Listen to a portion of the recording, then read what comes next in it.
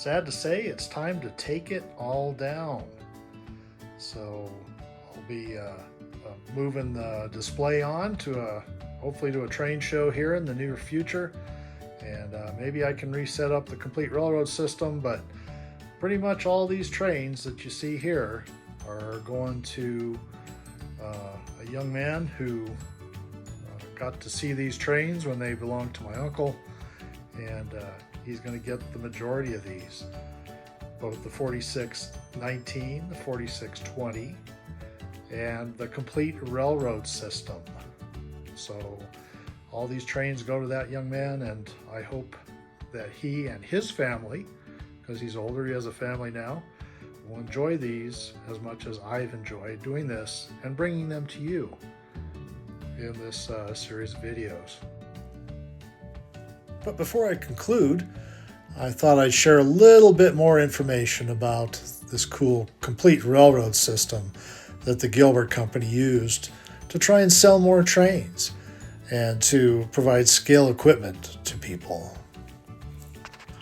The eventual aim and ambition of every scale model railroader, whether boy or adult, is to own a mighty railroad empire. This means at least 2 locomotives, a variety of freight and passenger cars, enough track to make a minimum of an extra loop or siding, and such essential equipment as stations, bridge, and automatic loading equipment. Now, prior to the war, the usual way of selling a complete railroad system was on a piecemeal basis. The customer would first purchase only a train set and then add more track controls, and equipment months or years later. Few customers thought of buying a complete railroad system all at once, and neither manufacturers nor stores featured or directly encouraged such a purchase. Today, American Flyer puts in your hands a practical way of increasing your unit of sale by offering a complete railroad system. There are sound reasons back of this important merchandising development. From the standpoint of the customer, the fun of scale model railroading increases by leaps and bounds as additional trackage, switches, locomotives, cars, and other equipment are added to a system. For example, 2 locomotives or a double loop track more than double the fun of railroading. They multiply it many times. From the standpoint of the store, there are obvious profit advantages in selling complete systems compared to the usual train sets. Moreover, experience proves that there is virtually no limit to the amount of cars, track, equipment, etc. the scale model railroader will buy once you have planted the system idea in his head. The more he has, the more he wants, and that means larger sales for you throughout the year and for years to come.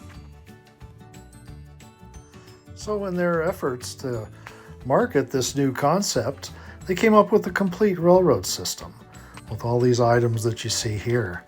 The original retail price came out to $159.50. So in today's prices, that's about $2,600. So I would pay more than that, I think, for one of these.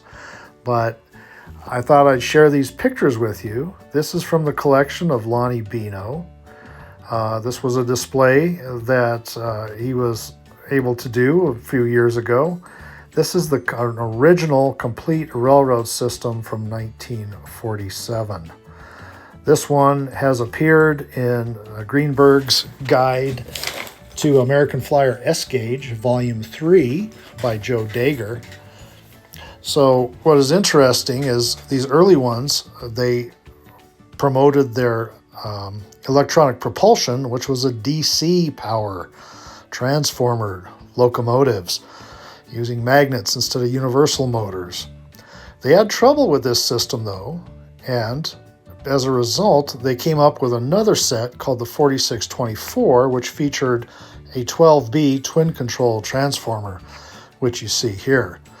2 individual loops of track run with DC trains that actually look like the 4619 and possibly a 4620 mix. And so this is the one that's more common, and lo and behold, Lonny has one of these as well. So as you can see, the 4622 and the 4624 that you have here are quite the beautiful train sets, and really exemplifies the strategy that they were going after in creating these wonderful complete railroad systems.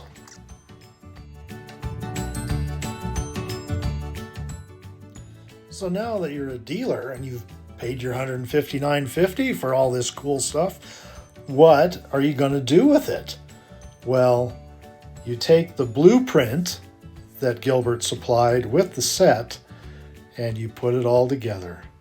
This set came with its own authentic blueprint that has all the wiring and exactly how to wire up the DC and AC power on the set, and to create the exact layout that you see in the complete railroad system.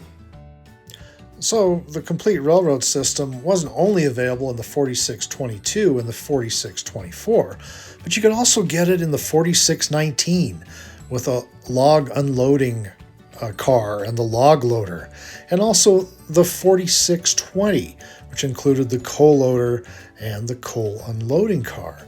These were originally fit the same concept and were part of the complete railroad system. Later on, we have the 5585H, which in 1955 was the top of the line set with 6 different operating accessories. And I guess you could say this was a continuation of that original early concept. So with the complete railroad system, I issued a challenge a little while back. And it wasn't so much to get this set. If you want to try and get one of these, it'd be very difficult, but you can make your own. The set I have was made up, like this set here, it was made up of different pieces, and you can make your own, but it doesn't have to be these items. It could be any item that you wanted to add to this set to try and reproduce this wonderful display layout that we have here. So this concludes my series on the complete railroad system. I'm hoping that you can pick up the challenge and create your own system.